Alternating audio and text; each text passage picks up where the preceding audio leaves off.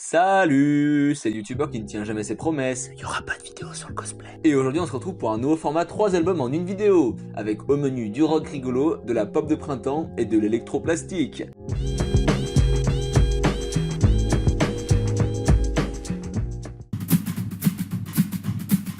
Alors, c'est un groupe dont je vais parler dans mes vidéos Top Album 2017 qui, on peut le dire, date.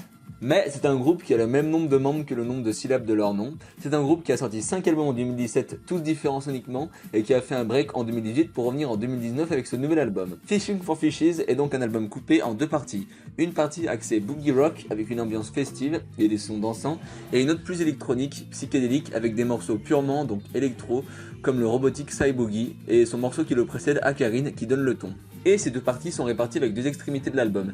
Et là où je trouve que ça devient intéressant, c'est que le milieu de l'album est comme un mélange des deux parties, avec notamment le morceau Plastic Boogie qui semble avoir ce son dansant et électronique en partie. Et vous savez quoi? Le groupe a peut-être cédé à leur son garage vénère et crado bien caractéristique, mais force est de constater qu'ils excèdent dans des morceaux plus légers et plus festifs. Les paroles, elles aussi, restent assez cryptiques comme leurs autres chansons, notamment celle de The Bird Song qui questionne les noms des animaux, ou alors celle de Acarine qui sont encore une fois remplies d'images et de phrases qui ne semblent rien dire au premier abord. Toutefois, on a quand même aussi quelques morceaux plus terre à terre, comme The Cruel Millennial, qui parle de Millennial, oui. On se retrouve donc ici avec un album plus fun, plus léger et plus rigolo que ce qu'ils ont pu faire avant, mais pour ceux qui ne seraient pas intéressés par ce virage pris par le groupe, n'ayez crainte, le groupe a sorti un single de doom metal presque récemment, ce qui semble confirmer la nature schizophrénique du groupe et réserver aux King Gizzard un avenir encore plus fou que ce qu'était déjà leur carrière.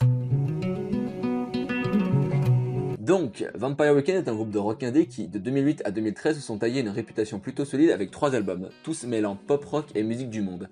Ces 3 albums sont donc tous très réussis et ont tous reçu un très bon accueil de la part de la critique et du public, grâce à la production de Rostam Batmanglij, que je vais devoir raccourcir maintenant à Batman parce que je sais pas prononcer le perse et aussi parce que ce nom est super trop stylé. Un des 4 membres du groupe de l'époque qui a beaucoup participé sur l'aspect musique du monde de leur musique sur les 3 albums, mais aussi à l'écriture du chanteur Ezra Koenig qui traitait de thèmes différents sur chaque album, les rendant donc, malgré leur sonorité presque équivalente, tout de même bien identifiables chacun et bien différents. Oui, mais voilà, Rostam Batman s'est barré depuis leur dernier album pour faire son propre projet solo, qui au passage avait aussi parlé brièvement en 2017, car c'était vraiment pas un bon album, et Ezra, lui, a fait sa propre série animée sur Netflix, Neo Yokio, avec Jaden Smith. Le questionnement du coup sur un potentiel 4ème album pour ce groupe se posait donc. Et pourtant, nous voilà maintenant avec un nouvel album, un double album en plus, qui réserve son lot de surprises sur plus de 18 titres. Alors clairement, si vous avez connu la folie et l'extravagance des 3 premiers albums, ce nouveau Vampire Weekend va vous paraître calme et sage. En effet, il y a peu de morceaux qui sont vraiment bruyants et qui vous font bouger dans tous les sens. On passe de ça en folie,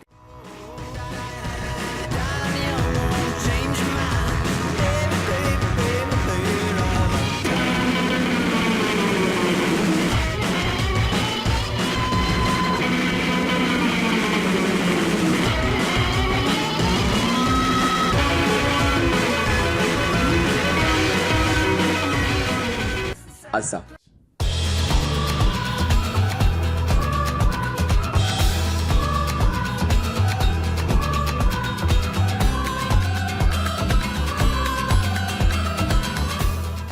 Lyriquement, on est toujours sur des textes un peu sombres, accompagnés par des instrumentaux joyeuses, elles, histoire de faire un contraste. Et on relève une grande imagerie religieuse sur tout le disque, notamment avec le thème de mariage et de fiançailles qui est repris sur tout l'album. Et musicalement donc, on se retrouve avec un son plus serein, qui reste assez varié au fil du disque. L'écoute ne tombe pas dans l'ennui grâce notamment aux guests Daniel Haim et Steve Lacy par exemple, qui brillent dans leurs morceaux respectifs, mais aussi grâce au contraste justement réussi sur les morceaux joyeux et les morceaux plus calmes, mélancoliques et tristes. Donc au final, oui, l'album est plutôt réussi, mais disons-le franchement, si vous avez connu le groupe avant et que vous avez apprécié ce groupe pour leur énergie folle, vous n'allez pas tellement retrouver cette énergie de folie dans cet album. Le groupe, séparé de Rostam, même s'il a quand même collaboré pour quelques morceaux de l'album, semble ici prendre un break, se reposer pour peut-être, à l'avenir, s'il y en a un, revenir plus fou. Matmos donc, c'est un duo électronique qui, à travers leur discographie, ont maintes fois défié nos oreilles à nous faire entendre tous les sons possibles et imaginables. Il y a qu'à voir leur dernier album avant celui-ci, Ultimate Care 2, qui était fait à partir de bruits de machines à laver. Ici donc, pour Plastic Anniversary, le projet est de faire un album uniquement avec ces sons d'objets en plastique. Le concept est fou, la liste d'objets en plastique est folle, et devinez quoi, la musique est folle. Chaque morceau de l'album est donc dédié à un objet ou une série d'objets en plastique, et chaque morceau est surtout là pour prouver la quantité de sons qu'on peut faire avec du plastique.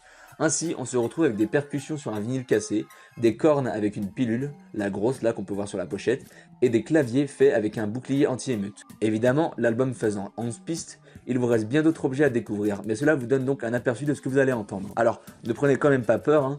Malgré toute la folie des objets, tout l'album sonne très bien. Chacun des sons a été travaillé pour, quand même, hein, rester audible et agréable à écouter, et on sent bien que certains de ces sons ont été bidouillés pour vous faire prendre plus d'ampleur, ce qui marche du tonnerre sur nos oreilles. Certains sons semblent donc tout droit issus d'un synthétiseur. Je pense notamment au morceau Fanfare avec des cordes qui m'ont fait penser à du Vangelis.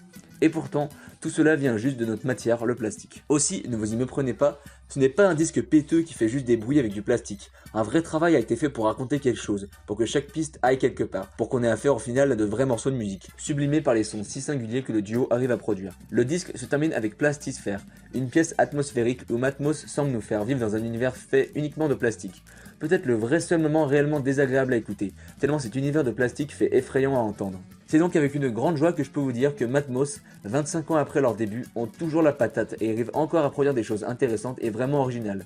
Pour finir, je vous recommanderais d'aller voir le reportage de Trax sur cet album, ainsi que les vidéos uploadées du groupe sur leur chaîne qui vous expliquent comment sont-ils arrivés à faire certains sons. Une manière pour le groupe de vraiment nous confirmer que ceci n'est pas une arnaque et qu'on peut vraiment faire des choses fantastiques avec le plastique.